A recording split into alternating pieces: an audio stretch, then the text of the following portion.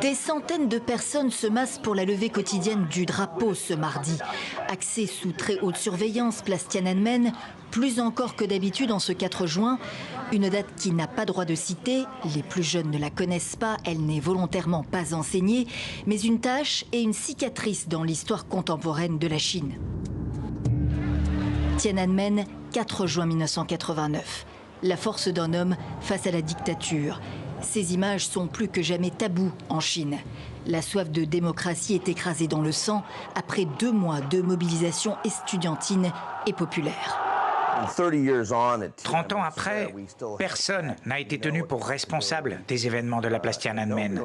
Il n'y a pas eu d'enquête sur un massacre qui a fait des centaines, voire des milliers de victimes dans la capitale chinoise. Un massacre perpétré par le Parti communiste chinois pour garder le pouvoir. Pour les Chinois qui aspirent alors à des réformes, c'est la fin du rêve.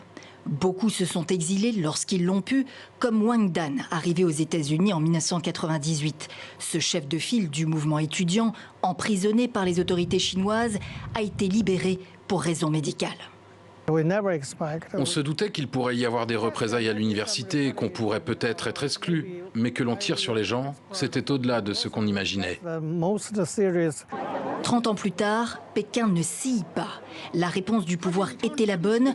Un incident dans une turbulence politique, déclare le ministre chinois de la Défense, de passage à Singapour.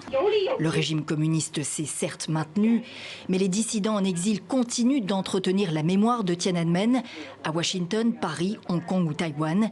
Et c'est sans doute là l'une de ses plus grandes défaites.